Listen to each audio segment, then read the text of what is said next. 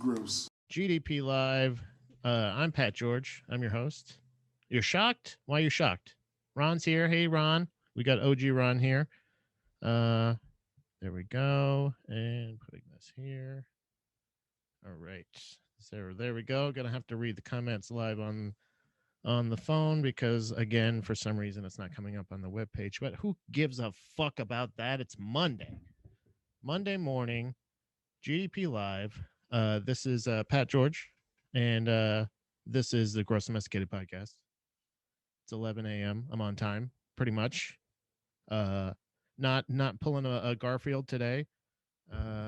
That you made it on a Monday. Yeah, right. I know it's been. I haven't had a great track record on Mondays recently, so I'm very happy to announce that I've made my return to Monday mornings. No case of the Mondays here.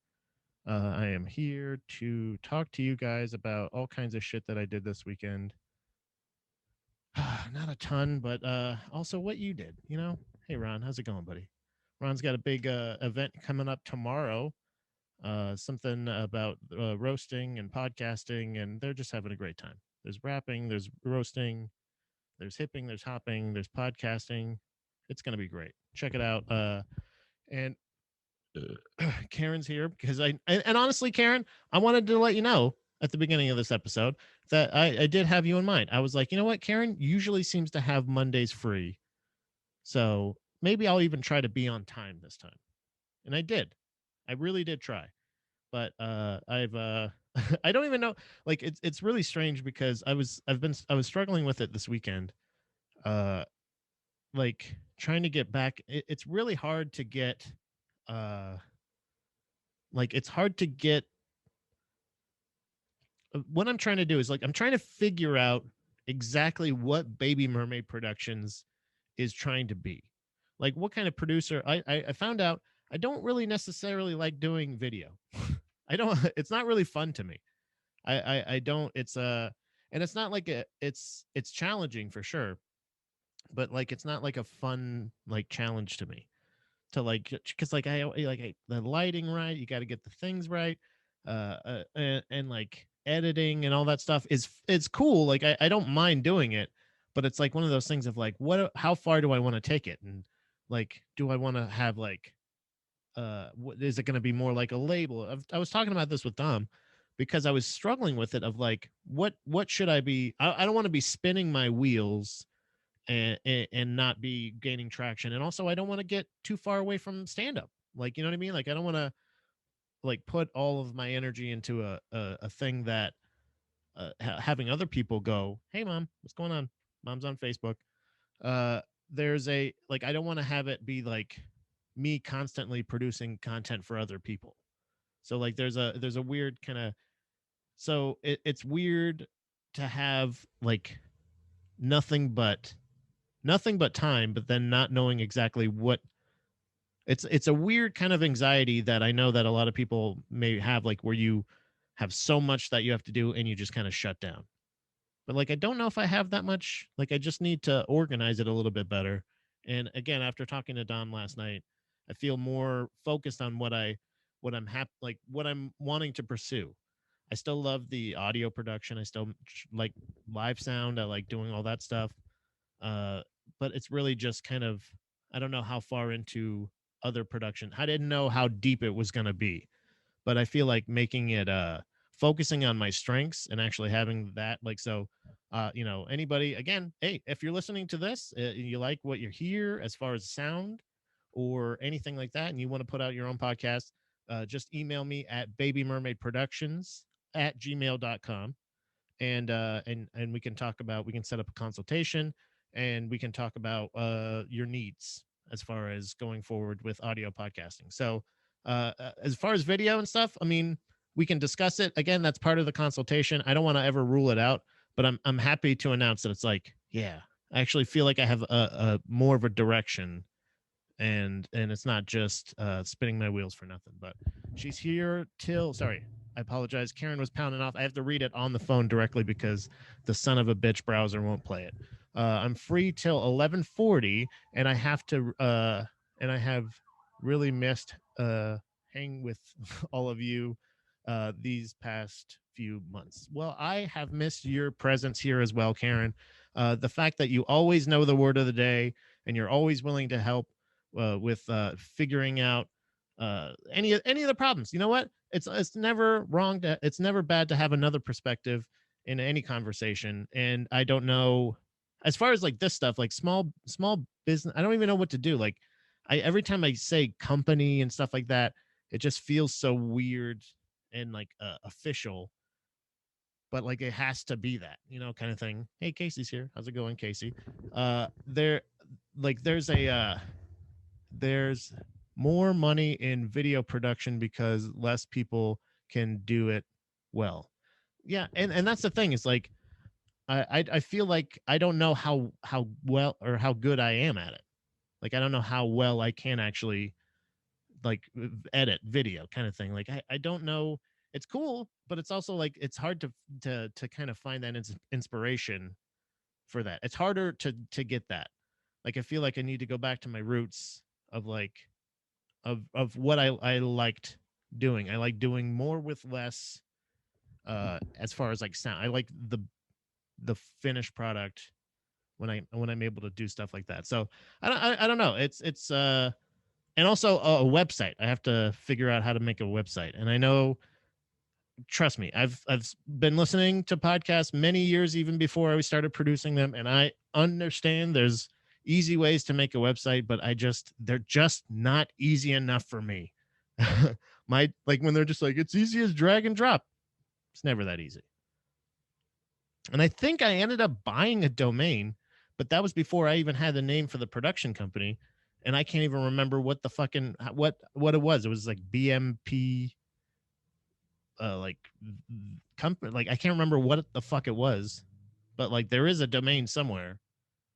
But I don't know, you know, the struggles of like of knowing like essentially what you want, but not exactly the element. Like I want to be how it was losing focus, I guess, over the past year of isolation and figuring out how, like I was like, okay, well now everything's kind of opening back up, let's try to get back on track. And I was like, wait, what's my track again? I can't remember what the track was because things were shifting right before the pandemic, as far as like how I was like trying to perform comedy, how I was trying to uh like make this. So this would be my job, the production, stuff like that. GDP is not ever a job. This is not a job. This would be, sure, I would love to make money doing it, and I would love to have uh you know multiple people joining in all the time and saying, oh hey, there's so many peeps I can't even keep count. And honestly, it's almost there because I can't really count that high. What's going on, Cupcake? Charles is here. But there's like I want the, but never like the kind of Madison Square Garden celebrity thing. I just want to do stand up, and I just want to produce podcasts and and put out content that's actually worth the shit. I was talking about that with Andy last night. We were doing what about with Andy or with Pat and Andy. I forgot I'm first on that one. And we were covering the album, the Fall of Troy album, Manipulator. But of course, we talked about so many other things beforehand. And one of the things was like, it's a shitty thing because like somebody, like I try to get the format of like people that were shitting on podcasts even just a couple years ago, celebrities or comedians or anything like that, have them now. And just because of their celebrity, people though they are, it's not like, it's weird because like I don't know how much crossover audience there would be for Conan O'Brien and me or anything like that, except for just being comedy fans. But Conan O'Brien starts a podcast, and I used him as an example last night too, and it felt like it was a bad example even then because his is actually pretty good. But there's like actors and stuff like that are starting, and it's like just because like Bruce Springsteen and fucking Barack Obama have a fucking podcast. Why? Sure, it's interesting. They're both very interesting people. And a lot of people want to hear him talk, but like, fuck. You know what I mean? Like it's not, but again, then I'm going like, well, how many people that would want to check out that podcast not, like would like not check this out? I'm seriously suggesting it. Rule for podcast success. Number 1, be famous already. That's very good. Yes, absolutely. See, Craig gets it. Craig Paul, pounding off hard, right there on Instagram at Baby Mermaid Productions every Monday, Wednesday, and Friday. He's not doing that every Monday, Wednesday, and Friday, but that's where we go live. Check it out. It's a pisser, the celebrity podcast. What does that mean? Like just that's it sucks. Ron's pounding off as well. Apparently, other people share that same sentiment. But even for somebody who I've been trying to do this. What's going on, Christy? How's it going? I've been trying to podcast and shit like that or like have this be uh I've been doing it pretty consistently for like 5 years, 4 years, something like that. And then somebody goes like, there you go. And it's not the same. Or somebody like like I was saying, even like Howard Stern, who shits on, I keep burping, I apologize. It's Gross Domesticate podcast. But somebody like Howard Stern that shits on podcasts all the time uses the what is it? The on-demand format kind of thing. Like his shows are archived afterwards and you can listen to them, which is just, and then so you're listening to Howard Stern, who is basically just doing a fucking podcast. Like like you want to critique what people are doing. Like I understand the same way that he would feel of like, oh, you can't just buy a microphone, now you're a radio host. But like, no, it's not. It's a podcast. And that's that's the difference. It's a long form conversation. It's more like of what like Opie and Anthony used to be. Anybody that's fans of the show, you can search Opie and Anthony and you will find a huge like past shows for free all over YouTube. They are audio only, but like they're obviously it's on YouTube, so you have to watch the thing. Stern, it absolutely is a hypocrite. That's right, Charles. Like that's the point of like it is. Some people, there are other interesting people, but the point of podcast, I felt like the whole lane of podcast was these are the people that aren't necessarily, you know, sitcom stars or fucking game show hosts or other or actors or celebrities already. These are people that are become celebrities from the homegrown audience. It's a homegrown DIY feel of like, I'm talking into this microphone to you guys. You guys talk back to me, and that it's a conver fucking station. It's more people are involved. It's more fan oriented in my sense. That's how it's always been. Fans send in art, fans send in music, fans send in uh things and like how Ron sends in, he sent in, look, he made that little thing in my face. That's nice because he's somebody who appreciates the art that I put out. My buddy Jeff, like right above it, look at that. The logo for the production company. My jujitsu professor, who is somebody that I produce a podcast for, who is also somebody who appreciates the shit that I do for him and the shit that I do. And he does shit for me. Stuff like that. You know, like it's more of a it was supposed to be more of a pure like form of entertainment. That's what I feel like I like still trying to even pursue. But with and it's yeah, everybody has a fucking music review podcast. Everybody has a fucking food review podcast. Everybody has a everything podcast. But it's about you finding the version of that you like. But yeah, if you already like Conan O'Brien and he's doing a food review podcast, you're gonna do that. And he's gonna sell advertising for fucking like Ford and like like what was the other one? He has like such humongous like I've never heard sponsors like that before on a podcast. So yeah, sure, they're bringing advertisers to that, but also now it's just becoming, it's going to be more restricted. It's going to be more, it's just it's muddying the waters of what used to be more of a pure kind of art form, I feel like. So many shitty relationships. Yeah. I guess so, yeah. I don't know what that means. Sorry, Karen. I apologize if I miss something. I just, I start talking and I don't even listen to what I say. But there's so like there's there's so many different like lanes of entertainment for people to, like Conan O'Brien. He's a TV guy. You wanted to be a TV host, go fucking be a TV host, man. Or if you want to do this, go on the radio. You can do it. Like, he can go anywhere he wants. He has the luxury. Why take the thing that is like, especially somebody who like kind of had that done to him by like Jay Leno. He was so bitter about that. It's so funny that I have no, I did not think I had such animosity against Conan O'Brien because he kept saying shit.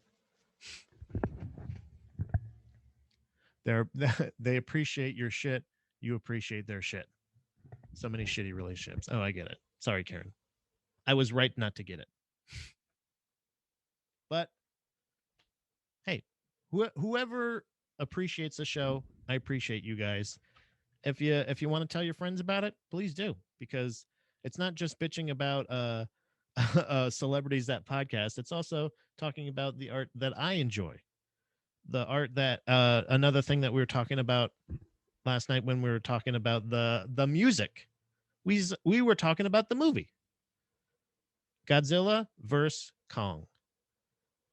So I made myself, or not even myself, I made my wife very happy because I made her a Dutch oven popcorn bowl.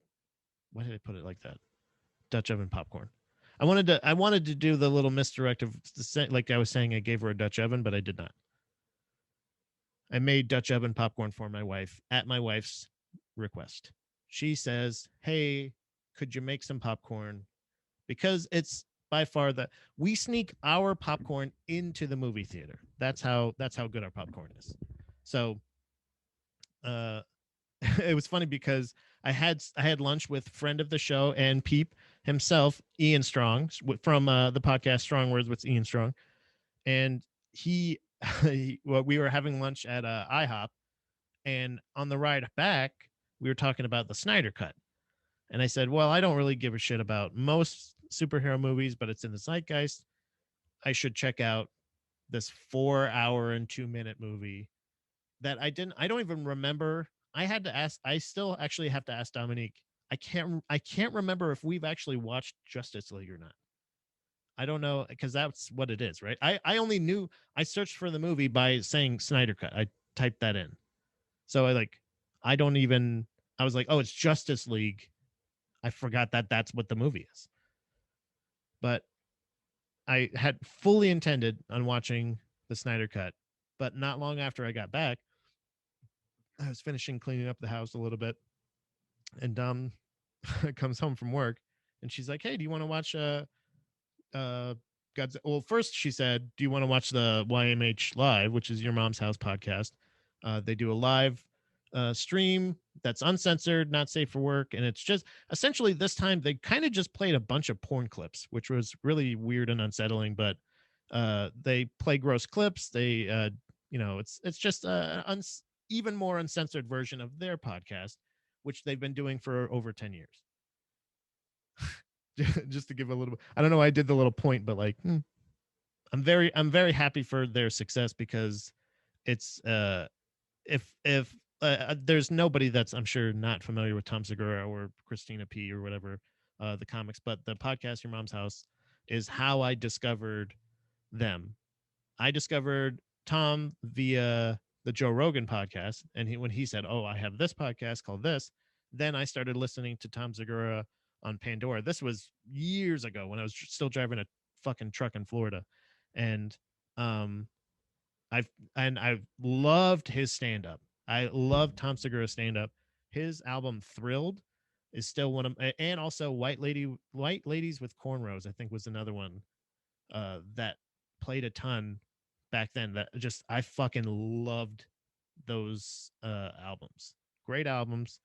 And started listening to Your Mom's House. Then became a fan, and and it's cool to see. It's like that's what I feel like it is. It is different than just like a radio show or a TV show or anything else. But through the pandemic, I don't know if, in case you aren't aware, they have been doing a lot of live streams. Them and Two Bears One Cave. A lot of the podcasts that they produce there, they do live streams for various occasions. And this one, so they did one Friday night. Oh no, yeah, Friday night, and we missed it. So we were gonna watch it Saturday, and then like like 10 or 15 minutes later, she was like, "Oh yeah, do you want to watch Godzilla vs Kong?" And I was like, I mean, we're gonna watch a lot here, like that's." And she's like, "Oh yeah, that should be fine." Oh no, she was talking about the Snyder Cut and the YMH thing, and also Godzilla vs Kong, and I was like, "That's like 1,200 hours of fucking content. I can't take all that." So we decided on Your Mom's House, and we watched Godzilla vs Kong first. Actually, we watched that first because we wanted to eat dinner during the gross video, the gross watch. So we're watching Godzilla's vs Kong. Post about it with the Dutch oven popcorn, and Andy points out the fact that he had like just started the movie probably around the same exact time that we did. And that's one of the things we started discussing on What About last night, which you can find on Andy's YouTube page, youtube.com/Andy Malafarina, and or his Twitch channel as well, or the audio only version that's available as well. Just search What About with Pat and Andy anywhere you get your audio podcast. We were talking about like how cool it is to have that, like such similar lanes, because he was talking about it with his co-host of the podcast that he does, Panties in the Mouth podcast, Nate Marshall, about like how cool it is to have that, like to know like, oh yeah, the guy that I like am not only just friends with, it just like it kind of like reassures your friendship. It's cool when you're like, oh shit, I really love that too. Or not only that, we had the exact same feeling around the exact same time of like, hey, let's watch a monster movie. But I love um what's the fuck, now I can't even, oh, Pacific Rim. So that's kind of, I never really got into Godzilla movies or King Kong movies or anything growing up. It was weird. I always loved, but I did bring up the fact that I love the game Rampage, which is where you are essentially just gigantic. What do they call them in the movie? Titans, I believe that's what they're called. Titans in the Godzilla vs Kong. They're big monsters, huge, gigantic monsters, and that are destroying the city. And you play as the monsters, but you also fight each other. So it's two giant. I'm sure everybody's familiar. They also made a movie about it starring The Rock, Dwayne The Rock Johnson, which was awful. Not a good monster movie, and not really even a good video game movie necessarily. But I never really loved the movies. It was not something I was really drawn to. But as I got older, and maybe it's just with more experience comes a finer palette for entertainment. But I don't love the Fast and the Furious action or anything, but I love big dumb monster action. It has to be rooted in reality somewhat, I'm sure, but really it doesn't actually. It can be whatever it wants. um I didn't realize when I started Godzilla vs Kong that they've kind of, I guess, started their own little universe thing. I didn't know that there was. I know that there have been Godzilla movies in the past and that there is existing storylines, but and characters and all that stuff. But I didn't realize that like there's the girl from Stranger Things was in it. Um the and like so there's been Godzilla movies, there's been Kong movies, and I guess all of the people in those movies like they're all crossing over now. They're not I was always used to like each I thought it was always like independent movies. It was never like a through line, the same cast through all the movies. Only the only same character was Gojira. Gojira. G G O G. I don't understand why when they say it in the movie and it's like captioned, because we have the closed captioning on because Dom's deaf. And when it's captioned, it was always Gojira, like Gojira.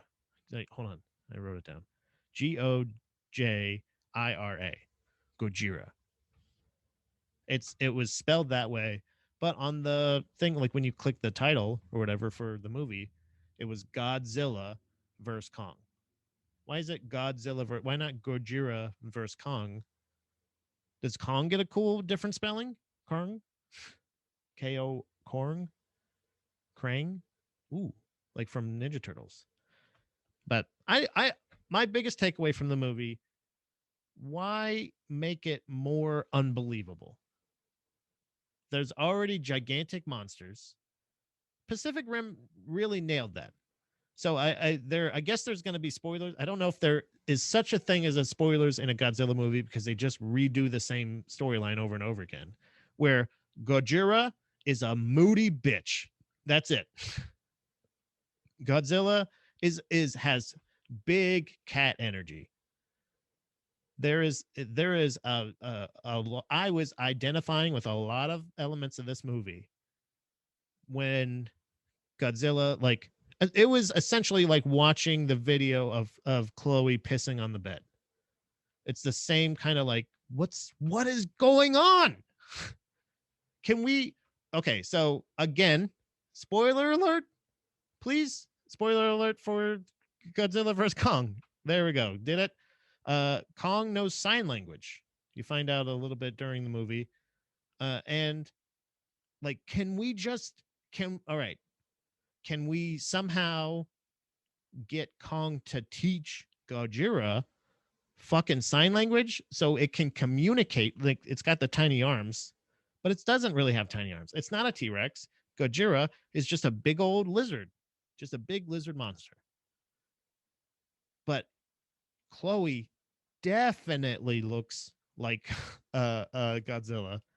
Big fat monster, and the hair in the middle of her back always stands up when she's around uh Kong, the sweet boy that knows how to communicate with us, that loves us, and is scared of Chloe.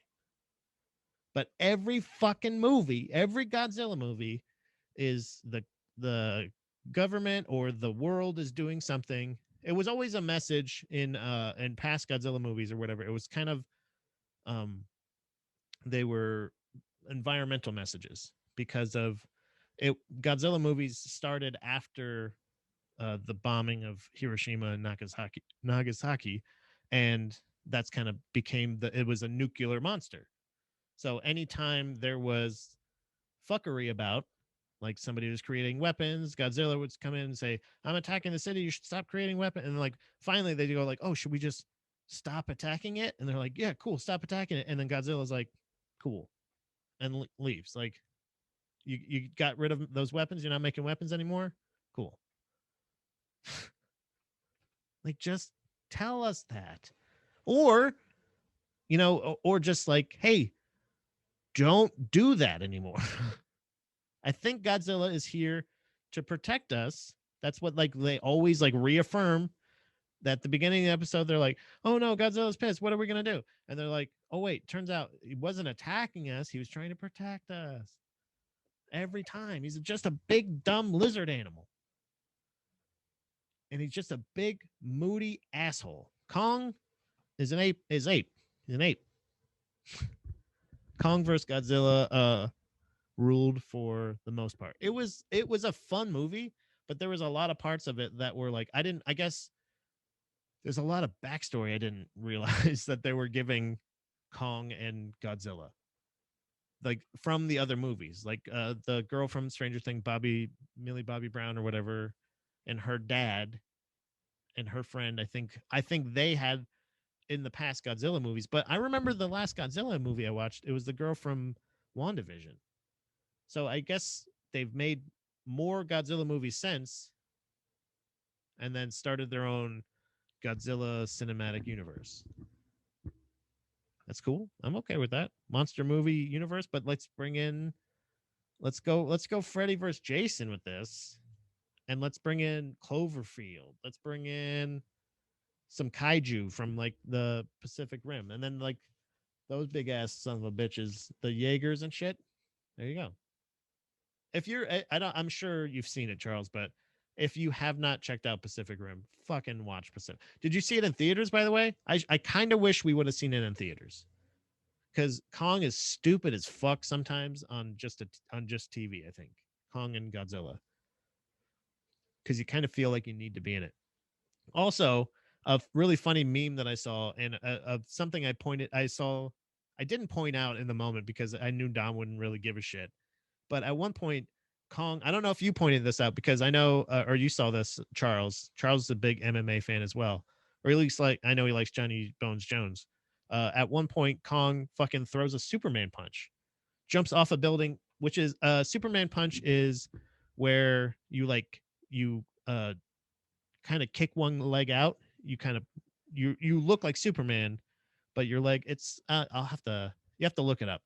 I guess it's hard to explain, but you kind of look like Superman. You have one foot out. It's a misdirection in that sense, but sometimes you jump off the cage or you jump off a wall or something and you punch down or out. Gives you a little bit more you know uh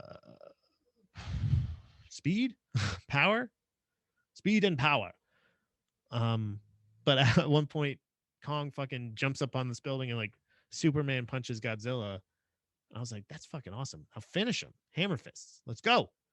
Ground and pound. Pacific Rim was good. The second one was awful. Yeah, the first one, technically, the first one was awful.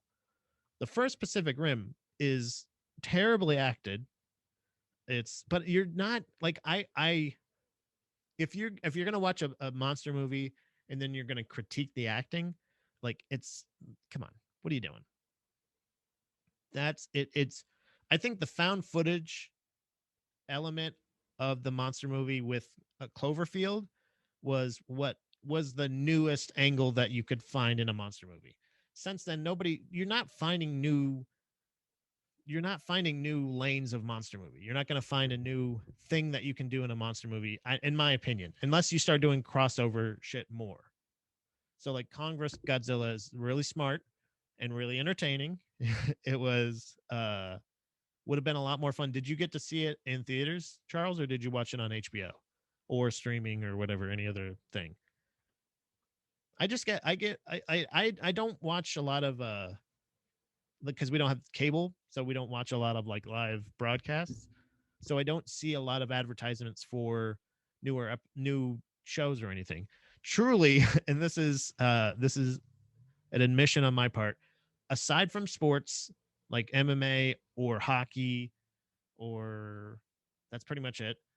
The only other really like broadcast thing that I'll watch, we have a AT&T that we watch, like a DirecTV kind of app thing that we have that has kind of like a guide, almost like what used to be cable TV. Hey Casey, what's going on, dude? Uh, but it's HBO Max. Okay, yeah, I saw Kong vs Godzilla on on our regular TV, no surround sound or anything like that, and it was still very entertaining. I would highly suggest that monster movie. Um, but fuck, I forgot what I was talking about right before that. God damn it. Um, but there's like with any monster movie or anything like that, if you're going to go to it for acting or anything like that, you're going to be disappointed. I feel like I wish I had remembered what I was fucking talking about. I get very we don't watch a lot of live broadcasts. See, so I get the notes. Not this. This is not reliable. Guide to TV. Thank you very much, Casey. Notes beat you to it. But so the only other thing I watch really live is Impractical Jokers, because I know that it's always on, and I find it uh, infinitely entertaining. I love the fuck out of that show. I'm not necessarily like I don't know if I also listen. That's another podcast that as I've been listening to for years is Tell 'em Steve Dave, which is one that has Brian Quinn from Impractical Jokers, as well as a couple of the guys from the show Comic Book Men. Or if you're familiar with the View Askew Universe movies, Kevin Smith movies, it's Walt Flanagan and Brian fuck, I can't remember, Scott Johnson, the guys who in Mallrats when he's Tell 'em Steve Dave, the guy who says Tell him Steve Dave and Steve Dave, essentially, those guys. Uh, um, but there's so on True TV, there's a show that's coming out. I don't know if anybody else has seen the commercials. I don't know if they're playing commercials for it anywhere else besides just True TV, but they are playing the fuck out of the commercial on True TV. But it's a show called Big Trick Energy. Big Trick Energy, and it's a magic show. Four guys. They are so so they're taking the same kind of bits and pieces from like Impractical Jokers and stuff, but it's magic. I don't know what it is. They must have had success because I remember they used to have the only two shows that I remember uh from a while ago on True TV were the Carbonara Effect and Impractical Jokers, and I only knew about the Carbonara Effect because of Impractical Jokers, and they would play commercials for it, which was a magic prank show. So there was a magic prank show called the Carbonara Effect that used to either lead in or it was the only other show. If Impractical Jokers wasn't on, it was that show. That's it. There was the only two shows that True TV had. So Big Trick Energy is not necessarily. It's just more of a on the street magic show. Does that make sense? Like kind of like how the David Blaine Mind Freak show would be, like go up to somebody on the street with magic. There is more than enough. I have watched a lot of magic shows, it turns out. Because I did watch a couple. I was interested when Mind Freak first came out. I was definitely interested because I was like, what the fuck is going on? Before I realized like, oh, it's edited. It's not magic, it's editing. What he's doing right now is editing. It's kind of, David Copperfield kind of would do the same thing. It's mirrors. It's not magic. It's smoke and mirrors. It is a trick. You are being duped. He's duping you. That's why I always supported those. I I had a joke. I had a joke that I used to do where I'd say I'm not. I've never ever thought of myself as a racist, and I don't feel like I'm racist, but I know that's usually what racists say. And uh but I don't judge. I truly don't judge people on their race or gender. I do absolutely judge people by their profession. Like if I don't like I don't like pawn shop owners, tow truck drivers, because I feel like pawn shop owners are just tow truck drivers that lost their license. Uh, I don't like magicians because I feel like they're just liars that can shuffle. That's their only skill, is they know they are doing the same thing that the guy gets in trouble for, for switching the cards. What's the 3 card Monty? Same things. It's the same idea. They're saying, pay me to trick you. Why do you want that? That's like going to a casino and not even playing a game, but just leaving your money on the ground. So why did you even do that? Why would you do that? At least if you're playing a game, there is a chance, a possibility mathematically that you could win. It is not highly likely, but it is likely that you could win. Have you watched the Serpent? Wait, what is it? Watched Serpent on Netflix? No, I have not, Charles. What is Serpent on Netflix? Let me look that up. I'll look up what Serpent on Netflix is. But there is Serpent Netflix. Yeah, there it is. Yeah, go on now. But no, there is the true story behind the Bikini Killer. What is this? Hold on. I just want to look at the fucking, where's the wiki? God damn it. Ooh, the official site. Ooh, IMDb. There we go. It's a mini series from 2021. The twisting real life story of Charles Sabraj. Did I get that right? Look it up. Hey, all right, I got it. I'm looking it up. Fire series. Sorry, that's what he says. It's a fire series to look it up. Popularity's up 61 or 68. Looks like a murderer, thief, and seductive master of disguise, who was a hidden darkness in the mid 70s on Asia's hippie trail. Okay, that seems interesting. I'll have to check that out, I guess. Who is this? Tahar Rahim, Billy Howe. Yeah, I want to hear stories of like I know every country's got serial killers. That's what Reddit's good for. Really, Reddit's really good for. And I will absolutely check that out. Reddit's really good for. I feel like Reddit's really good for. Like if you go, one of the threads I follow, I think is like our serial killers or something like that, because all it is just here's just a little flat, like almost it's like serial killer flashcards. Like not that it's not glorifying or villainizing or anything. It's just saying, here's the thing that this person did. Here's this person and here's what they did. Here's a person, here's what they did. That's it. It's kind of like it's just being knowledgeable. It's knowledgeable of like, it's not, you're hearing about all of the crazy, the BTKs that we name all of ours here. I don't think they always get names, but or sometimes I think whoever names them just fucks up big time, and they're just like, he's the lazy teddy bear strangler, or I don't know. Like there's some other things that they try tactics, and people always write books about them and shit. I'm not talking about any of that. Literally, here's a picture of the person, and not here's a picture of what they did. Here's nothing else. Here's a person. Here's what they did. So much more chilling that way, by the way, because usually it's an unassuming picture of them.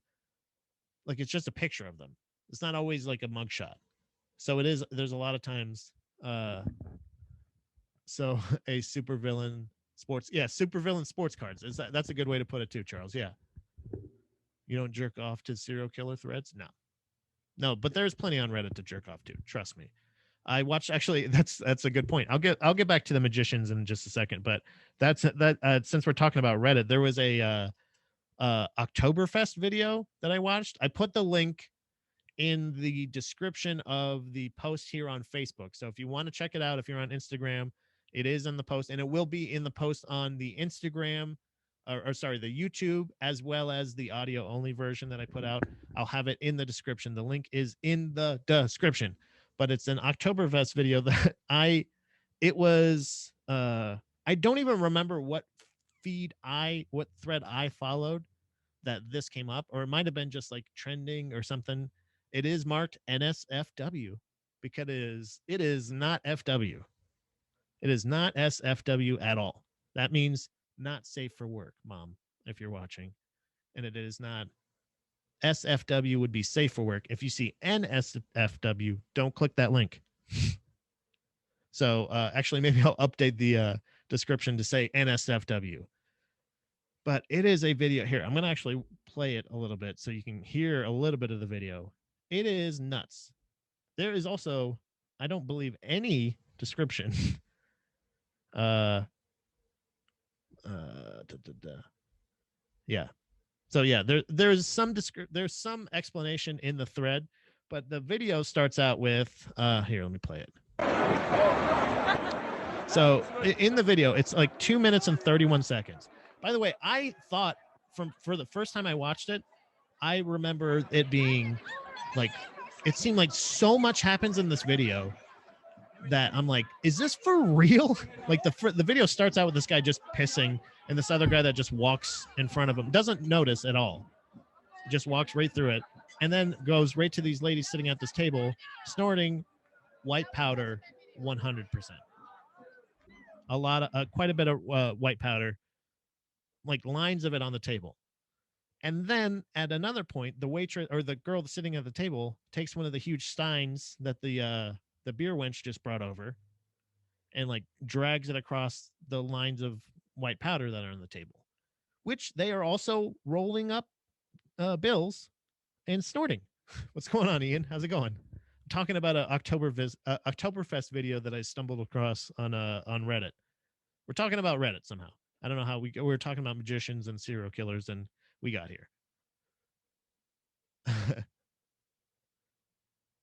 So the Oktoberfest video is they're the whatever the lines are that they're snorting, definitely you are led to believe it is absolutely cocaine.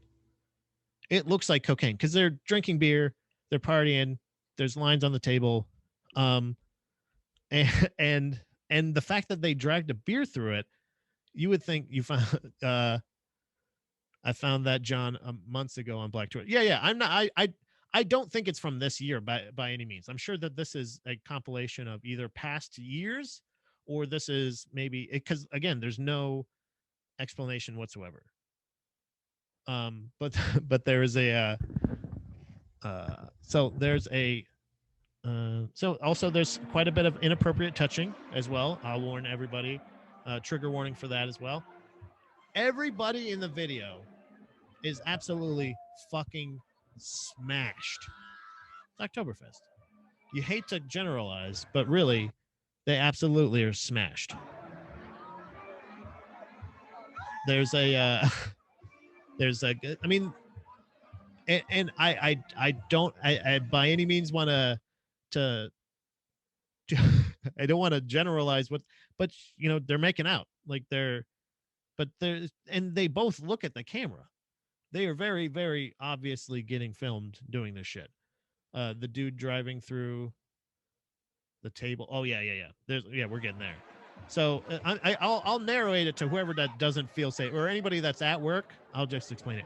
Goes from that hand job, because you're like, what the fuck is going on? This guy just fucking hand up this lady's dress. They're both being filmed, and then it's these cuts to this other couple, this fucking wasted motherfucker wearing a big old silly hat, getting JO'd right next to. But the girl could not even be paying less attention. Yeah, here it is. This is the part he's talking about. Charles is talking about. Bam. That's crazy. And then, so that was a guy who is in a dress, hammered, wasted, that smoking a cigarette too. That's impressive too. If he had that in the whole time. So this is the part that is very interesting to me, and I'm sure this is why this was on Black Twitter. It was under the hashtag "What the fuck, white people," because the next one is these three guys sitting here having a great time. One guy's taking a picture of the other guy snorting whatever that white powder is off of this other guy's dick. And they have a good time. That guy, I don't know what that was for, but it definitely broken tailbone for that lady. It's nuts. It's wild. Uh I had no idea. I'm so far removed from drinking in general. Like I really don't really give a shit about. I don't necessarily give that much shit about drinking. I'm not that invested. Let's just say because by the way, I under further review, if you actually read in the comments of the video, the threads, I think there's some people maybe from Germany or are more aware of whatever the fuck's going on. But the powder apparently is like caffeine and like menthol. So it's essentially I think the same idea, I guess, of cocaine, but just without all of the cocaine. It's just supposed to pick me up. Woo. Keep you going so you can continue to get way too drunk and either HJ or BJ people in public or just piss. Just piss. Like, I don't even understand. I get if you're like in a corner, or if you're near a wall or something. This guy was just standing in the middle of the room just pissing. I don't I it's been so long since I've been that amount of drunk. And it's no judgment. There's plenty of judgment. Sorry. There's lots of judgment. Also, a lot of questions. Lots of questions for Oktoberfest. But hey, we're only in April. Yep. Nailed it. May, June, July, August, September. So we got time. We got plenty of time. 5 months at least before October. So we're going to, oh man, can you imagine what it's going to be like this year? Was that last year? Charles, are you aware if that was current or if that was like, was that just the most recent October? Because that is nuts, man. I got a video for you to watch. Send it over. Hell yeah. Pound off either. Actually, yeah, you may have to DM me because I don't, or I guess you can do it here, but I erase that at the end of it. Ian says I would watch anything Charles recommends to me to watch. Yeah, absolutely. Casey also says, how are you training for sumo fight? I can't give away my methods, Casey. Come on. But there will be training videos coming soon. Trust me.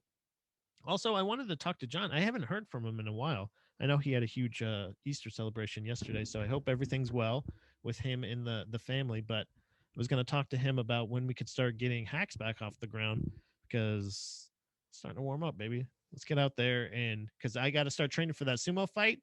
I got to start. I gotta start golfing more. You know, get that golf swing down.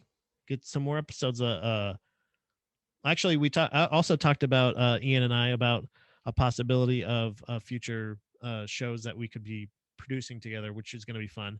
Also look for me on that show that he does, Strong Words with the Intro, coming soon in April, so that'll be a lot of fun. Are there prelims? We have discussed prelims. There are a couple ideas that we've been floating around, and John again has no say whatsoever. We are hosting it at his house, but he has no say whatsoever. But yes, absolutely. Um, but just back to magicians real quick because I want to make sure that just if you aren't aware, I don't. Again, I didn't hear anybody saying anything about hearing about Big Trick Energy, the new show coming to True TV. Free ad for them. It is. They have figured out a way to make the magician even douchier. I don't believe produced magician shows. And I know when I see magic live, it's you're just lying. So yes, it's impressive when you can trick me fully, but I also just trust you less. So if you're interested in that, it looks like it could be cool, but I also feel like it could be absolutely not cool, like most magic. But if you're interested in a magic show and you have Netflix, so that's at least two recommendations that I gotta watch. Whatever video Charles ends up sending over, actually send it over. Yeah, let me see if it's on here. I got a message. Hold on, god damn it! No, no, stop it! Oh, you fucking asshole! I got a new phone. I hate it. Hey man, footage match between chat. No. Okay, sorry. No, sorry. Charles, if you can send that video over Facebook, whatever it is, I'll just watch it now. Or can I? Is there a lot of language? um but yeah, there's the magician show on Netflix that I like to watch with Dom and I have watched. There's a couple of actually quite a few, I think 2 or 3 seasons of it, and it's called Magic for Humans. It is it almost it feels like a show you could watch with your kids, but I would not trust that. I might be off the mark with that. I also might not know what's appropriate for children. But it doesn't there is it's more of comedy and magic. It's not just uh bros doing magic. And that's what I just hate that. I love a pun. You know I love a pun. John and I are big pun guys. We're big puns. That's what we are. And big trick energy because it's like big dick energy. You get it? I don't want to see like Jersey Shore meets magic because that's what it feels like. I don't like that. So it's not for me, but if you do like a good magic show by a funny dude, he's a little guy, no big trick energy whatsoever. That seems like something that he would have, like, somebody would have pitched as a joke, and somebody was like, "That's a good idea." I'm like, "No, why would you say that?" But there, if you want to see a ton of, if you're not if you're not fully satisfied by Godzilla and Kong fighting each other, you can watch a bunch of German people surely falling to their death. Like, there's a couple people in that video that I shared in the comments, or not in the comments, in the description here, that is like if you're climbing on you see those big tents. There's one of the things in the video. I don't want to give everything. I can explain every single part of this, and I cannot believe. It's weird. It's almost like a fucking orgy. It felt like an episode. You know what it felt like? It felt like an episode of The Leftovers. Like, it felt that kind of surreal of like, either this is the most recent one and they didn't get to have it the year before or something, and like there's like this weird like release of like them all like fucking just snorting coke off each other's dicks and stuff, like, or I don't know. Casey says magic rules. I agree. Look, I agree that magic rules. It rules in the sense that it's cool. I don't know. It's cool looking. It's fun to see it live, but again, I don't it's not like at the end of it I'm like, I just saw magic. You know what I mean? Like, it fooled me when I was a kid. It's like a lot like wrestling. I think it tricked me into believing it when I was a kid. Then I felt deceived, and then I was like, then I didn't trust it anymore, and I kind of belittled it. And I've turned around, I've turned the corner with wrestling to now I do understand it as a performance. But with magic, when it's big trick energy, it doesn't feel much like a performance. It feels like, fucking got you, dude. That's what it feels like. I fucking tricked you. I had the fucking card the whole time, you stupid ass. That's what it feels like. It feels like big trick energy.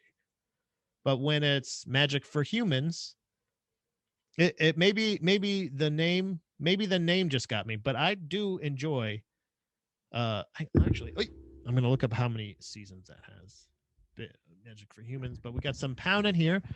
Cock Magic is the top 5 all-time South Park episode. What is it? Cock Magic? Top 5 of all time. I don't know if I've seen Cock Magic. I don't remember that. Oh, it's an illusion. Yeah, I remember that.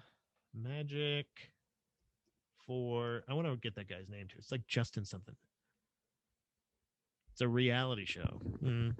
It's a magic show. It's still a produced magic show, by the way, but he does is street magic for people. It's very entertaining. IMDb. Oh, okay. So it's still apparently continuing because it's 2018 till 3 seasons. So yeah, 2018, 2019, 2020, and Justin Willman, Willman. Justin Willman. He is he's a comedian. Let's see, writer, producer, actor. Doesn't say actually comedian. I guess I found out about him from a podcast I listened to. Again, shout out to other podcasts. Never Not Funny. He was a guest on that one, and he again, just very quick, very funny dude. When you're engaging and a magician, that's another thing. When it's a group of bros coming out, it feels more like a prank show and less like magic. And the amount, like how big they go, a lot of the magic that he does in the show is not like the biggest goddamn thing you could ever do. It's not like it's a lot of the, oh, there's a cup in here, and then you do this. Oh, no, there's no cup. Well, look at that. Like that shit, like the little sleight of hand shit. And it's really more fun to kind of see the reaction of the people. That's the show a lot of times. But when it's big trick energy, and in the commercial, they're like, the guy goes, "That's my car," and then the guy goes, "Oh yeah," and does like this with his hands, and the car gets smashed and crushed, and it's like, God damn it. Do you honestly believe anybody's gonna believe that? Or like I know I don't believe that guy. I don't fucking believe that guy. I don't believe that's his car. In the episode, Roosters play. Oh yeah. Okay, played. Wait, what? Roosters play Magic the Gathering against each other in an underground gambling ring. And Randy Marsh thinks cock magic is magic tricks you perform with your cock, and was amazing. In the collage, in at it in college, and brought it back. Okay, so sorry, Jesus Christ, Ian, you're killing me with words. Ian gave a whole bunch of words. I honestly, I probably could have just Googled it like I've done the other things, but that was, I don't know, because then again, reading off the phone, that's hard enough, but I'll have to check that one out.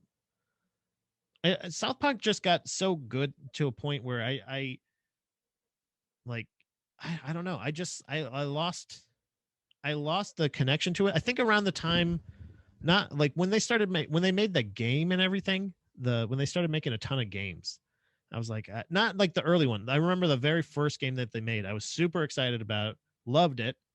And then when they started, like, I was like, oh, is this just another thing that they're making games all the time?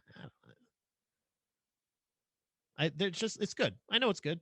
I'll check it out though. Well, if it's a specific thing like that, or like when they did the pandemic special, or like when it comes back and it's like, oh boy, I want to see what their take is on this. I get it. They're good. They're gonna. I do. I'm just at this point. I'm just waiting for them to, like. I can't imagine like they've been. That's the most consistent thing. It must be making. I don't understand how they don't have like their own park at this point, like their own theme park or something, or haven't done a mock theme park or something. They almost feel at that level now. I kind of, it's almost like I've got with the Simpsons. Like I don't know. I know that everybody has their own opinion, but even the Simpsons the era that I was criticizing and I stopped watching, I was wrong about. Like it was pretty good. It was just different from the one that I was used to. And I don't know if South Park necessarily changed that much, but I do appreciate the fact that it's still putting out uh they're still putting out new seasons. They seem to be still getting away with fucking everything. I don't understand that at all, and I don't want to question it. I don't even want to. I don't even necessarily like bringing attention to it, because they just it's they're able to exist on a major. I mean, it's cable, but they're able to exist like that, and it's because of the quality shit that they put out. But we got some pounding here when I sent. My bad. I knew I shouldn't have sent it when I typed it. That's okay. That's all right, buddy. What was the acronym for too many words to read? Yeah, exactly. What is the acronym for that? Hard to, nope. I'm not. See, that's the thing. Acronym. I don't even know if I don't know if I'm spinning the wheels in the right place. Simpsons is still solid, just not great anymore. Yeah, it's just a good show. And I don't know if South Park is that way, but I just kind of got to that feeling. Yeah, they got it. They don't need me anymore. But I would like to see something along the lines of that. I also like the other stuff they do. Like I would like to see Book of Mormon. Um, when things come back, I would like to see that eventually. And I like that they're good at other stuff like that. I really like the South Park movie.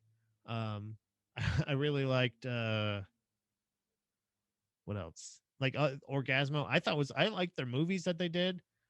I like that they did other things, like they do other things. I'm excited to see like those things, I guess.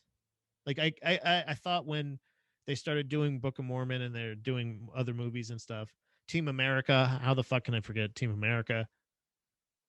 They put so much work into it. It's not just like a fan. It's almost the same way I feel about uh the Broken Lizard. Is that right? The Broken Lizard production group or whatever, the guys who make like Super Troopers and all that. Um I just feel like, oh, Simpsons is trash apparently, Charles says. So I guess if you like Simpsons and or Arby's, you're a sociopath. Orgasmo, Basketball, Team America, still hold up. Yeah, all those movies. Um, they did a show called That's My Bush.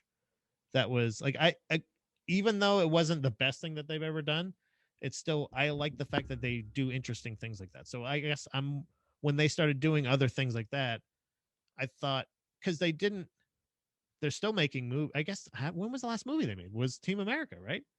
So like, there's not like they still make movies. They go, all right, now we're gonna do a Broadway show. Now we're gonna do this, but they're still doing South Park the whole time, and that's so demanding on them.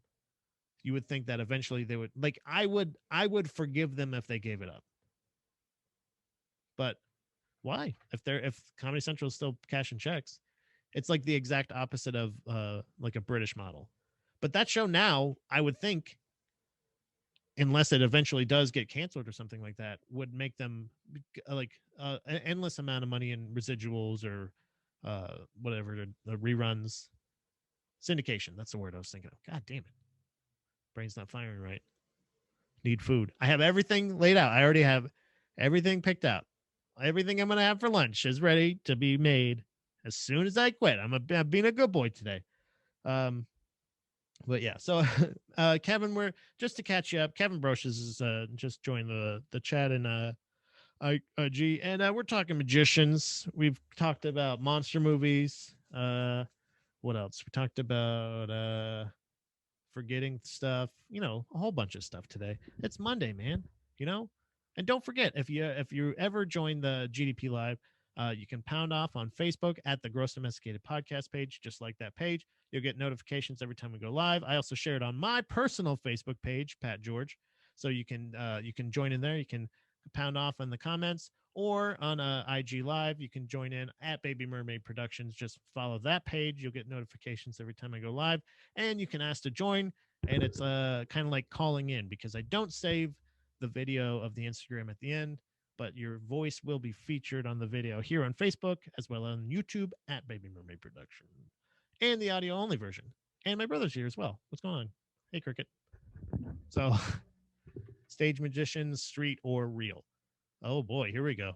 I like this. I like those choices, Kevin, because we were talking. I guess technically they're street magicians, but not, but like on TV. So is that real or are those stage? And Ian says the the sold wait, hold on. They sold the rights to HBO Max for a ton of fucking money. Oh, that's cool. It's good to see that they have them. How's it going?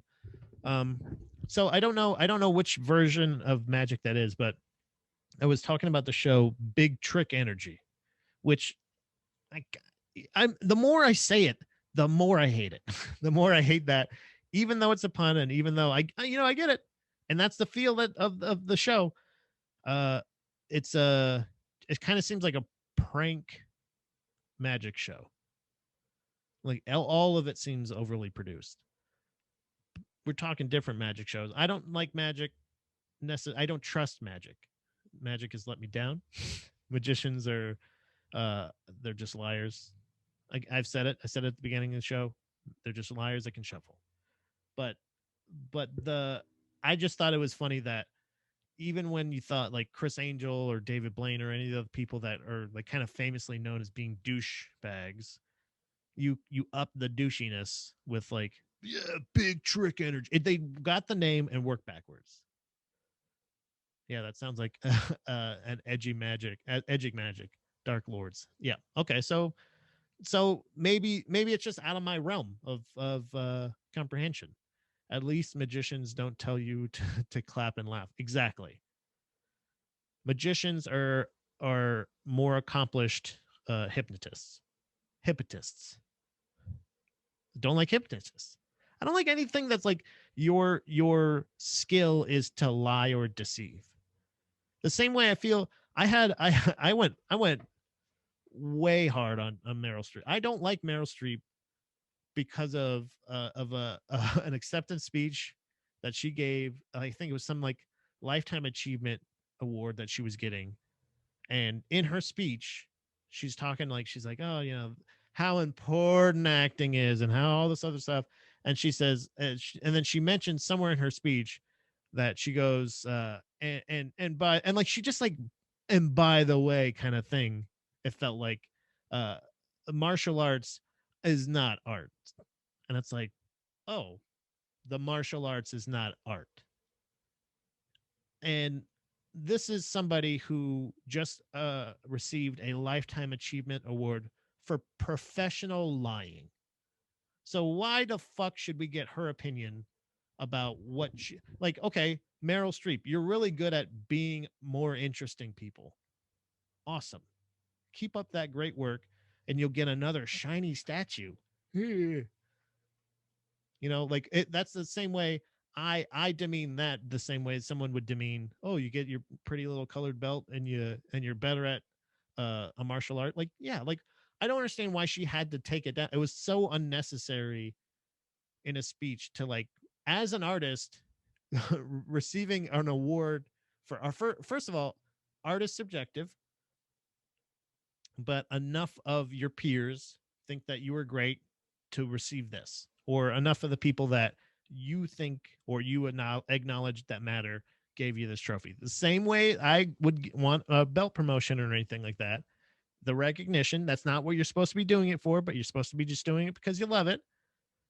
But when I would go up, when I got my blue belt, I didn't go, acting sucks, everybody, and then just sat down. You know what I mean? Like I didn't have to like take down another art form for me to feel better getting receiving this acknowledgement of my achievement in this art form, which is absolutely an art form.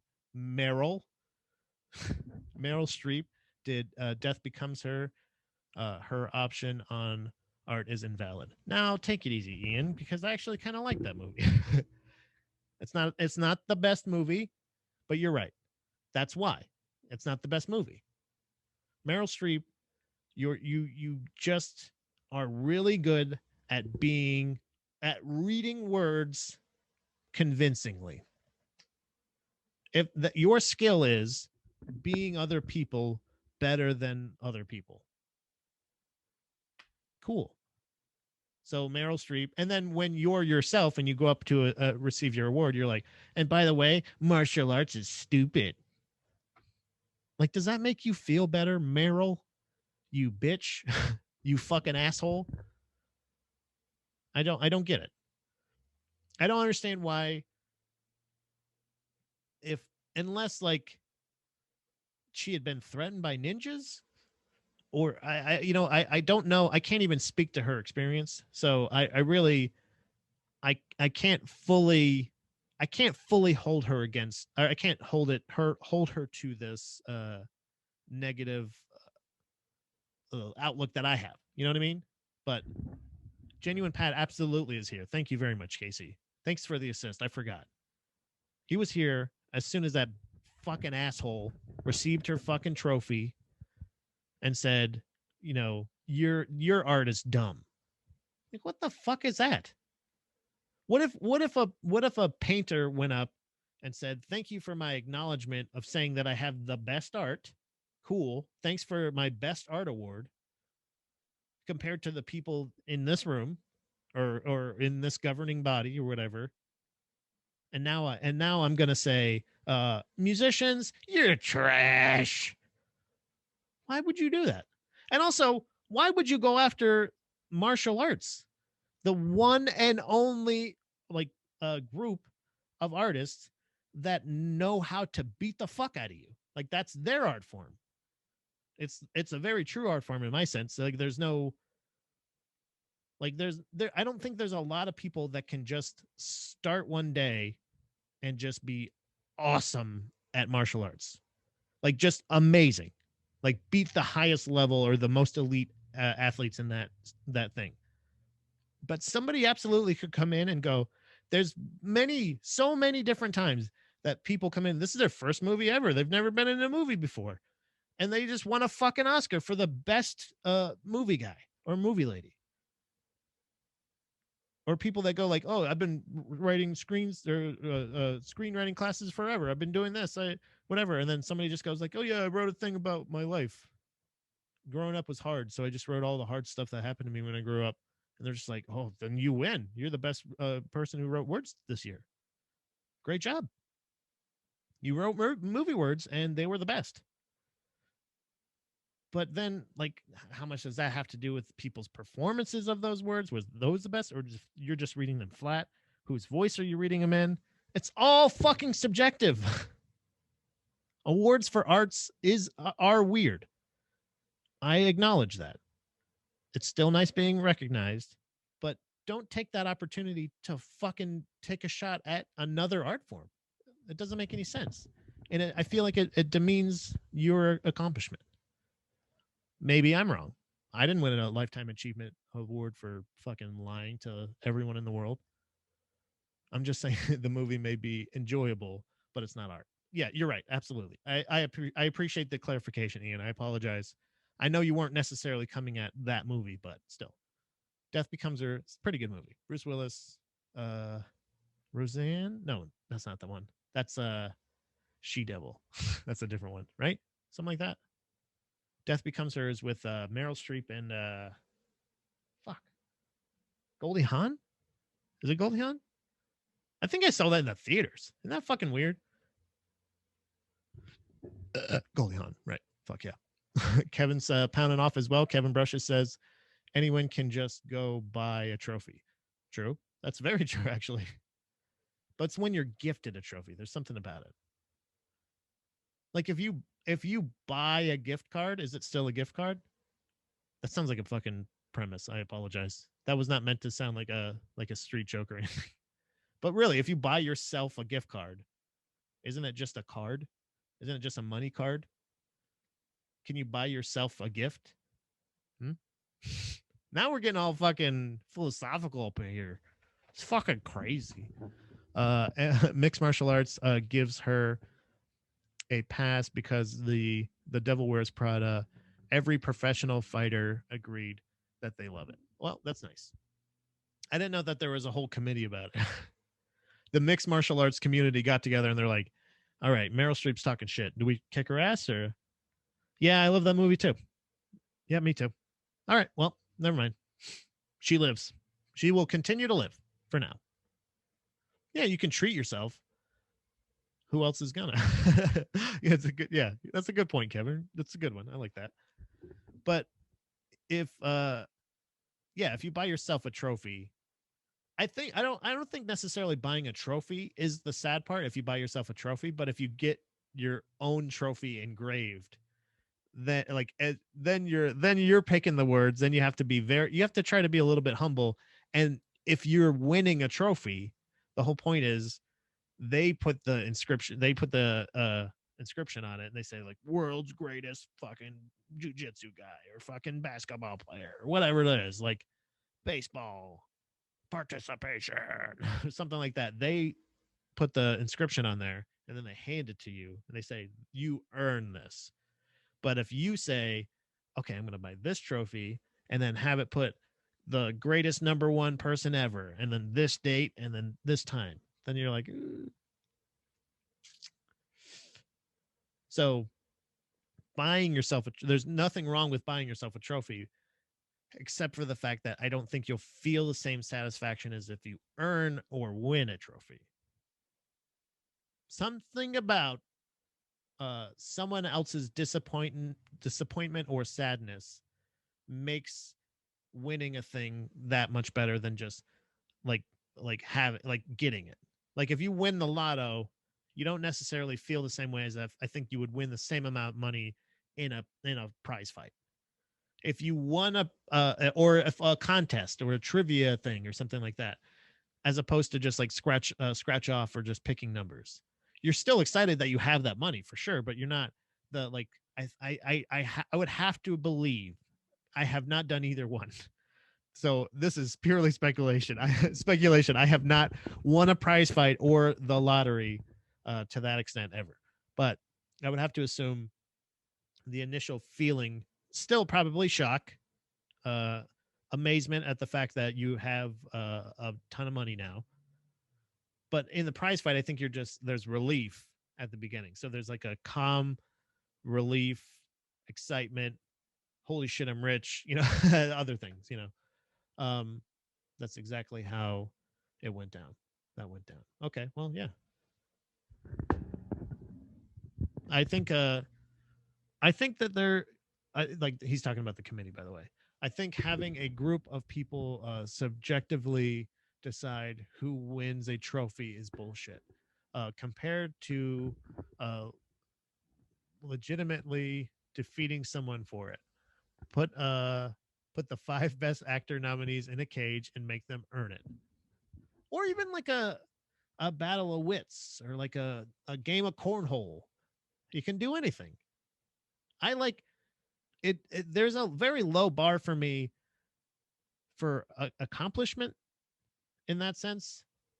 So I don't understand why necessarily I would have so much trouble with like trying to figure out like uh the direction I want to take Baby Mermaid Productions, or go in comedy, or do this or do that, or whatever it may be, because everything else is so cut and dry with me, I feel like.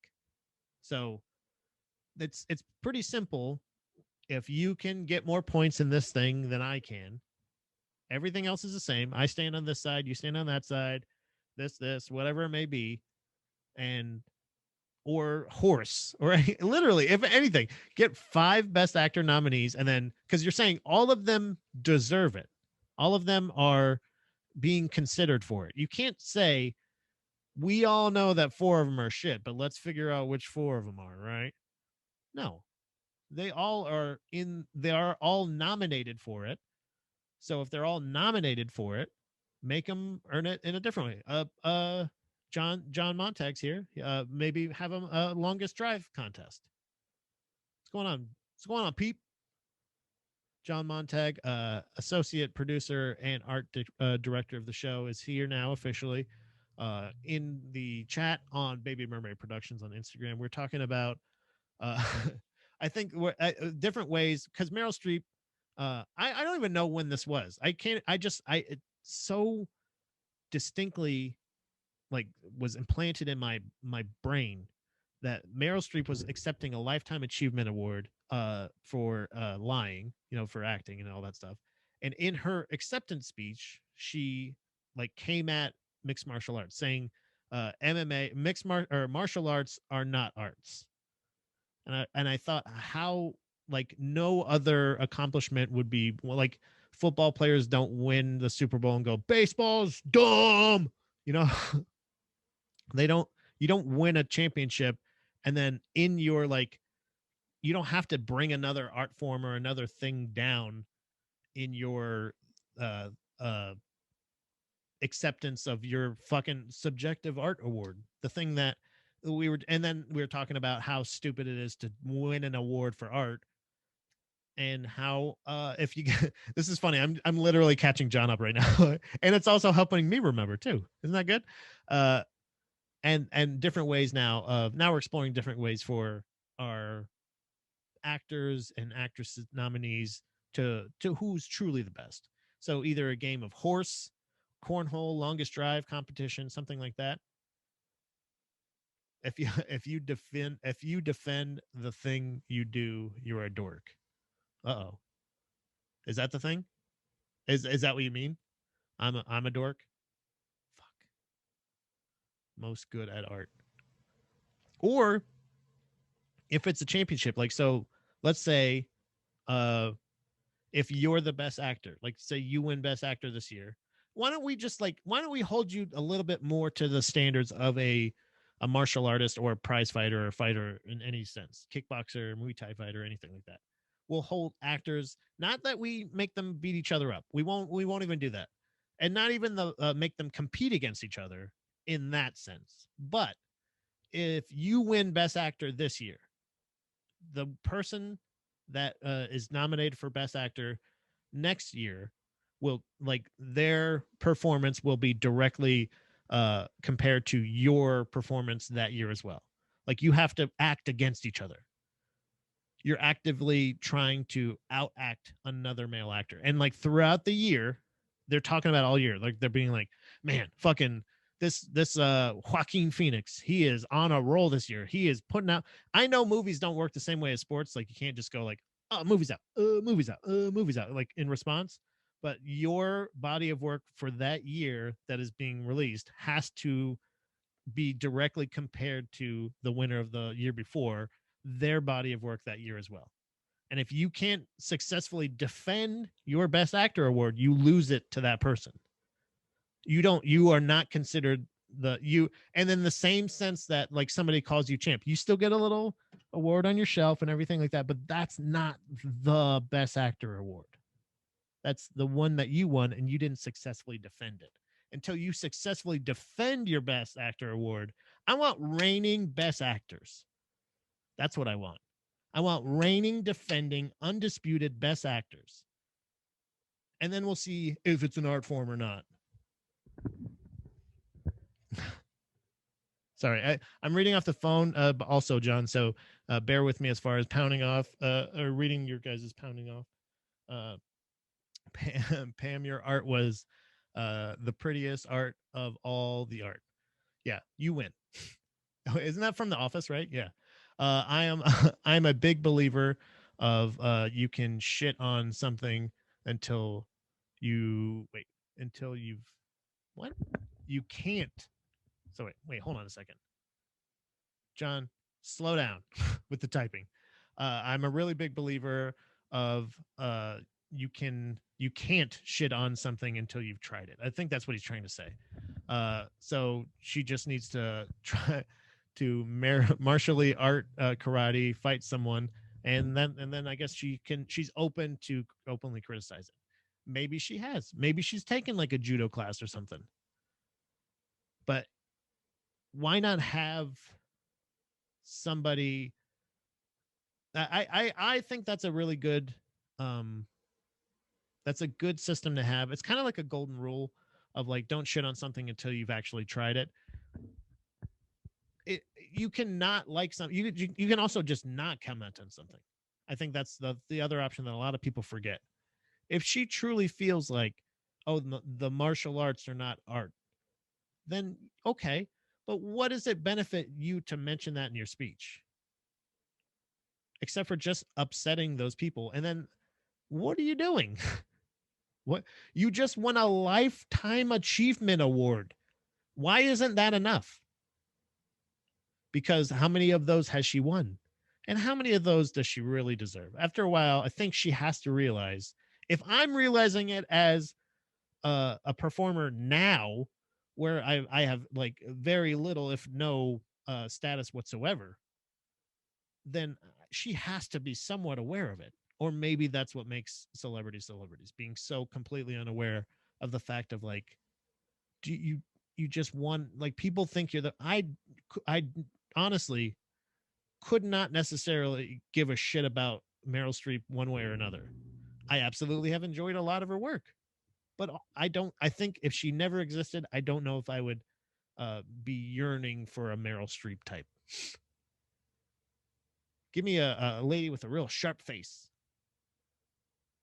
that is good at reading words. Like I said, you're really good at reading words convincingly. But to openly, and like just the comparison, I don't want to do that. You know what? I bet she's a fucking magician. Why not go at magicians? I would have to assume, and this is just how my brain works, and I know it's wrong, but how my brain works is okay. You specifically brought up martial arts, so that means that you think any other art form that you didn't bring up now, you do think is a legitimate art form, and that's why you didn't criticize it. So she's like, yeah, magicians, yeah. I love magicians. They're great. Totally 100% great. I love those guys. Legitimate art form, true artists, true performers. Love magicians. But mixed martial arts, you fucking dummies. That's not art. John says it's such a pointless thing for her to say. It's like if a scientist went after a boxing match or if a scientist went after after boxing because it's been called the sweet science. Yeah, you're right. You're just like, come on, it's not science.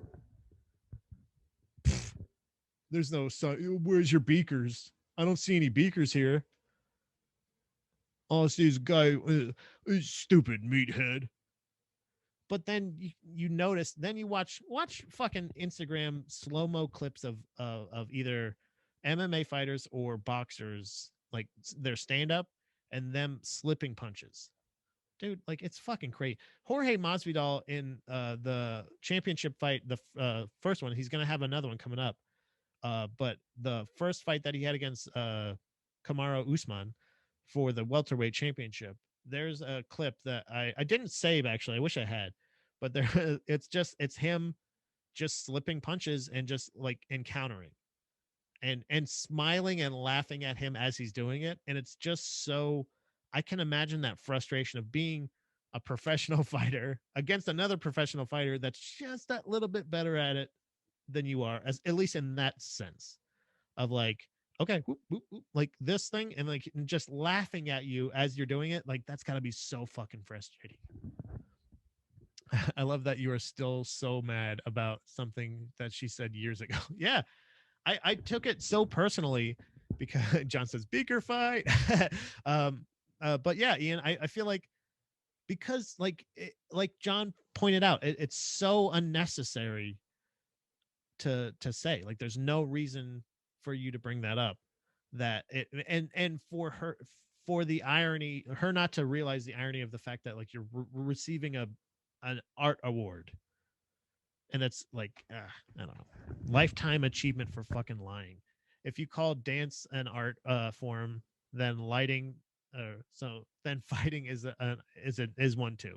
uh it's improv dance to avoid getting punched in the face. Yeah, dancing is just stopping in a bunch of like a bunch of times. That's all it is. So if you just like you walk a little bit, take little steps and then stop, little step stop, little step stop. That's dancing, you know. Do it in different formations. There you go. What what if she's Tom too? Oh, I bet she is Tom too. She has a real Tom 2 energy. She doesn't have big trick energy whatsoever. She has big thumb energy. That's what she has. Big thumb 2 energy. Why you got to bring people down like that, man? Dancing dancing is stopping. That's all it is. It's just stopping. It's stopping and then not stopping parts of your body. Starting, stopping. It's just walking with style. Tripping without falling over. There's a lot of Chloe, I am in the middle of a fucking show right now, okay? Come here. Come here, baby. What's up? She probably just took a big old piss on the bed. That's probably what just happened. Clozilla is here.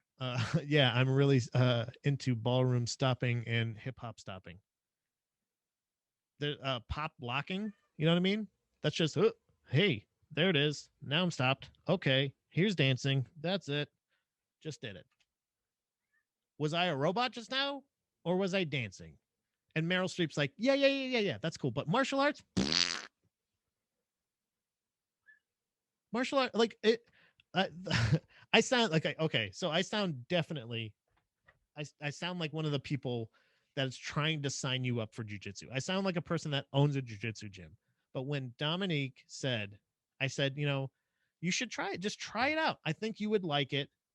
I think you should, like, again, like John said, and not that she shits on it. She doesn't shit on me doing jujitsu or say that it's stupid or anything like that. But I do think she should give it a try. I think everybody that is even a little bit interested should absolutely try. Most gyms, there's usually a gym near you. There's a lot. It's a lot more popular now. And I think most gyms usually have at least the first class is free. So you can try it usually for free. I highly suggest people trying it because the main and it's because of how Dom put that she didn't want to try it. Dominique said when I was like, you know, are you sure you don't want to try it? She's like, I just don't want people like just laying on me like that. And just like, and I was like, you know what? I don't either. That's why I take jujitsu. So now I know how to get them off of me.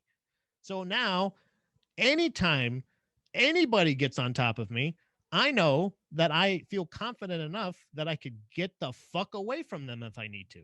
Or I can get them to a point or a state in which they are no longer breathing, or they're no longer conscious. Let's just say that. And I don't have to hit them. Although I am, and I haven't talked to her yet about it. Hey, Chloe. Hey, baby girl. I haven't talked to her yet about it, but I will probably be starting striking class this weekend. So shh, don't tell Tom. But I will be starting either MMA class or kickboxing. So, God damn it, you asshole! She just made me spill my water. But so yeah, there's definitely I just there is a sweet science to it. There is I thought somewhat of a mutual understanding with it, but there's if you don't want, like, it's a thing like saying I don't want to get beat up, so I don't want to go to kickboxing class. Like, they're not gonna beat you up in kickboxing class. They're gonna teach you how to not get beat up. So I don't know. We got Ian saying I do most of my my brake stopping while I'm driving. Yeah, me too. That's crazy. Casey's also saying I smell a new bit in there. Uh-oh. Wait, what? Did I miss a bit? Did I do something good? Please remind me of what that was. That's, hey. There's a new co-host. I forgot. You guys haven't been introduced to the new co-host of GDP Live. This is Squirty. We got Squirty, Duster, and the laser pointer. But yeah, what was I had somebody recently say something. There was an episode I was on of On the Mic with Mike Peters, a podcast that I did with a guy from I believe upstate New York, or just New York, not upstate New York, just regular New York, like close to PA, New York. And he's somebody I met through a comic friend of mine, Zach Hammond. He's also a stand-up comedy in that area, Rochester, I believe. I think that's where it is. And he had me on his podcast, I think early on in the pandemic, if I remember correctly. And somebody commented on the post that I shared saying something like, "Oh, please tell me you did this as a bit." And I was like, "Oh, fuck. Like, I should. I will revisit that." And probably, because at this point, in the pandemic, there's not a ton of experiences that I've had aside from streaming and just, regular life stuff, I guess, the normal kind of isolation, seclusion, yada, yada, yada. But anywhere I can get material, fuck, anything to spruce this goddamn setup. This fucking guy, the new bit dancing style. Oh yeah, yes, absolutely. Yes. I think I do have that in my premise folder, but I will go over this episode because that it's part of the same feeling. I can undermine your thing too. You know what I mean? Like, whatever it is, if you want to go up and receive your award for acting and say other art forms are shit, then, I can also tell you fuck off. Ronda Rousey took kickboxing, but never learned how to react to being hit in the face because she never got hit in the face in training. Well, yeah, you spar either way. You still have to. I still have to get headgear and shit, but there's not. They're not going to beat me up, is what I'm saying. They're not going to beat me mercifully. What? God damn it! What's the word? Mercifully. Long day. It's a Monday, guys. Made it. Karen was here for a little bit of the beginning of the show, and unfortunately, I don't think she's still hanging around, but she is going to have to unfortunately miss out on today's return of not the Mac, no, but the word of the day.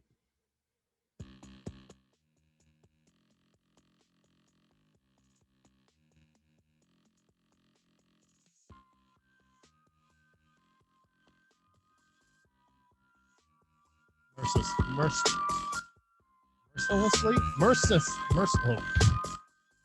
I've had MRSA too. I should be able to say at least part of that. I've had MRSA. Mercilessly. Boy, oh boy.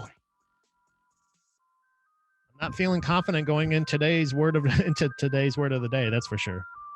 But today's word of the day seems pretty cut and dry. I'm not going to bullshit you guys. I do feel kind of confident about this because this is, well, maybe not. I don't know. Okay, so it could be a word from Oktoberfest. I don't know. Um, that should be the word of the day. Yeah, yeah. It's pretty merciless. Merciless. There he is. I found him. There he is. I found that son of a bitch. Mercilessly. Merciless. Ha ha. Still doesn't sound like a word to me, but either way.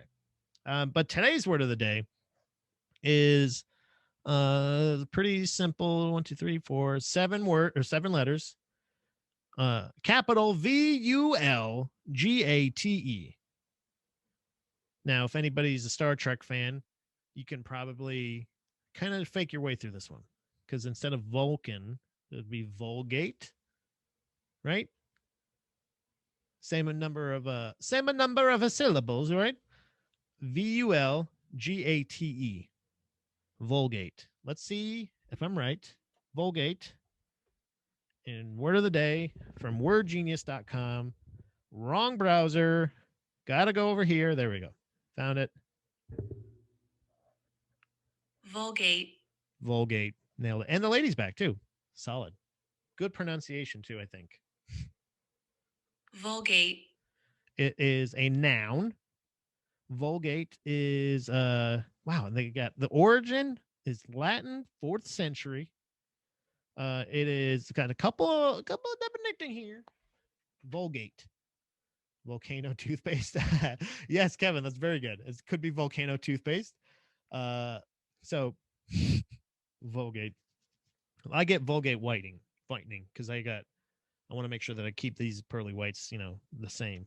But it is a commonly recognized text or edition as of the Lilid, LLIAD, Liad. What the hell is LLIAD? Why are you giving me harder words? The door to a Vulcan fence.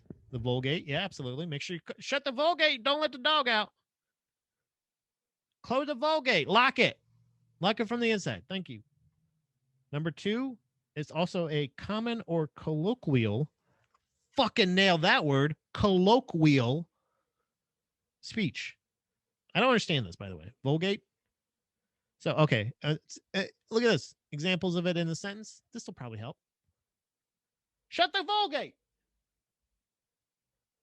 The professor instructed his class to purchase the Vulgate of Romeo and Juliet so that they could all read the same text. The same. Why didn't you just say purchase the same copy of Romeo and Juliet? The King James edition of whatever it is, Does it come from a vulgar? I don't know. It's Latin. Is vulgar Latin?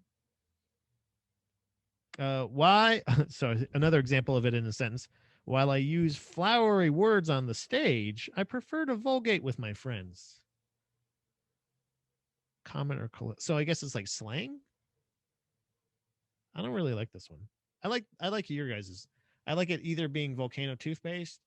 By the way, Vulgate is volcano toothpaste could be. I could understand that being a new agey thing where they say like, oh, we use volcanic ash in our mixture, all natural, no sulfates, all you know what I mean? Like LeBron James would wrote Romeo and Juliet.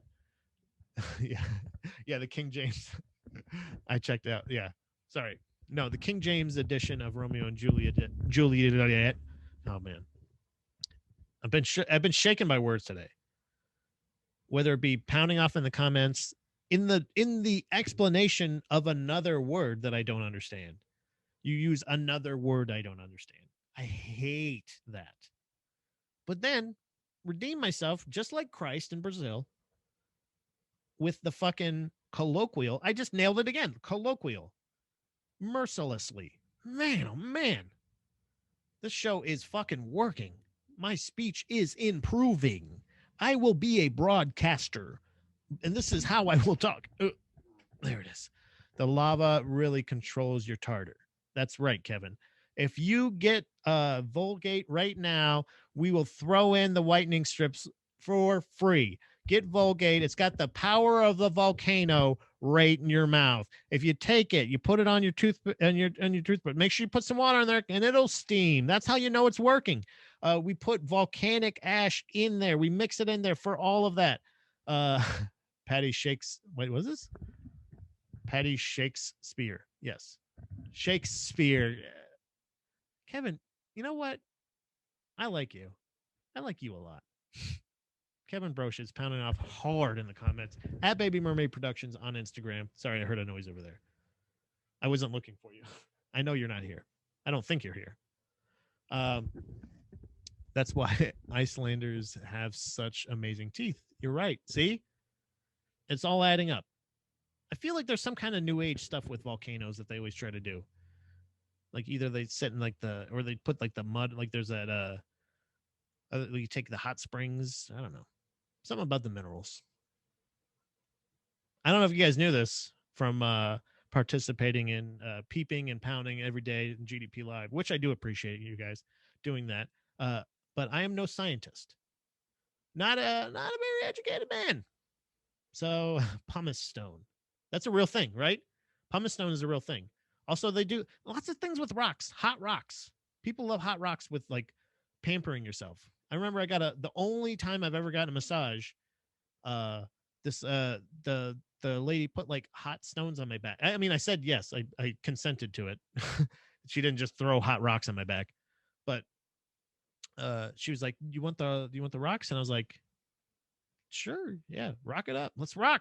I don't know, I've never done this. Yes, whatever you suggest, whatever's in the Groupon, my lady. Go ahead and oil me up and lather me down or do whatever the fuck you got to do.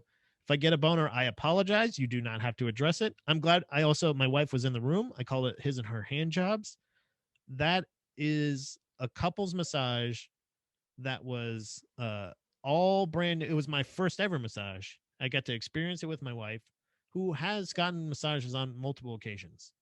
I don't know about full release or anything, but I was not privy to the stones. I've seen pictures of that before. And also, I guess I was confused because I thought that was the thing. Do you remember? Do you guys ever see? I see it a lot on MMA and stuff like that, or when the guys have their shirts off and you see like these big like suction cup things on either their legs or their back. I always thought that was like burn marks from that. I thought I thought they were because I always see pictures of the stone like treatment, like some putting hot rocks on their back and shit like that. But I thought those were like burn. I was like, are they burning their back? So when she put it on there, I was like, it's pretty hot. Like I thought there was gonna be marks, but also I found out later on that those are like suction cup things. They like light the end of it and like cupping. They suck the thing out of it. You and I could go do a whole GDP on what? You and I could do a whole GDP on massages. I'm sure we could, Ian. I'm sure there's been plenty. That's the thing too. I do say that there is absolutely no judgment with any kind of like full release thing. I wish that was an option. I wish that was something that as long as the person that doing it consented and the person getting it consented, it could just be another option on the menu. And not for me. I'm not saying for me. I'm just saying in general, why not that? What is it? Normalize sex work, guys. Come on. Let people get JO'd if they want. And I'm not saying it, Ian, I'm not saying that you are the reason that I was started talking about accepting people getting jerked off in massage parlors. You're not the reason. I'm not calling you a creep. Don't imply that. Uh, the marks are from suction cups. Yeah, I've seen that. I've seen the process where they light the end of the cup and it like pulls the skin. It pulls, I'm sure, toxins and things out of your body. I don't know, whatever. I wouldn't be wrong. Okay, so yeah, I appreciate that, Ian. I appreciate your honesty, but I was not assuming that. But I do think that should be a thing. As far like there's no penetration, I do not believe that there is a victim there unless somebody is being forced to do it. But if the person, like the man or woman that's saying like, yeah, I'm totally fine to jerk these people off, man or woman, if they consent to it, like if they're in this room, it's because they ordered this thing. So like, why not be able to have that? I don't understand why that's not an option. I don't understand how that's different from like rubbing all of the other spots but those spots. It doesn't make any sense how you can get usually somebody either completely naked or down into their underwear, cover them with a table or cover them with a towel on a table, and then rub their entire body except for their genitalia. I don't understand why. I don't get that.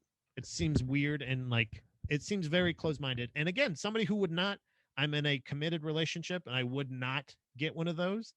If I was single, I'm sure I would. Absolutely. But then you don't have to, it's kind of the same way of like legalizing weed. Like at this point, come on. We know. Just do it. Just go all the way. The people that are then that way, those people can just go to the store and get their own fucking weed. And that's that. Let the let the isn't that nice that that's the thing that I support like legalize drugs and hand jobs, guys. Pat 2024. This has been a lot of fun. I appreciate you guys hanging in there and joining me today for GDP Live. We'll be back on Wednesday. I want to actually read some more. I got some pounding here. I feel like I know if you if you know me, it's safe to say it's safe to assume it. Yeah, and not again, not in a bad way. It's just another as long as everybody's comfortable and safe, nobody's being victimized, everybody's getting paid. Not everybody. The person doing the service is getting paid. Yeah, who cares? Fuck them, right? Who cares? Let them. And that's unfortunate that people are treated poorly either for doing that or for getting that done. I think that it's weird to have that, and I'm glad to see that more just like regular people are starting to do like OnlyFans and stuff because it's starting to like that's one of the stigmas that I am appreciative that is starting to break away of like the sex worker type deal. Like of like if you don't want to be victimized, you don't have to, and you can still do things that you're comfortable with in that sense. So that including drugs. I feel like if it's your it's a like the best way I've ever heard it described was by I believe Doug Stanhope said it's like a private property issue. You know, it's your body. You should be able to do whatever, whether it be drugs, alcohol, sex, whatever it is. If you are willing and you want to do it, I don't understand why things are so. I can't think of the word. Um, not conservative in that sense. Um, hope to see you all later this week. Good stream. Appreciate it, Kevin. Love you, buddy. I love everybody else. Gross.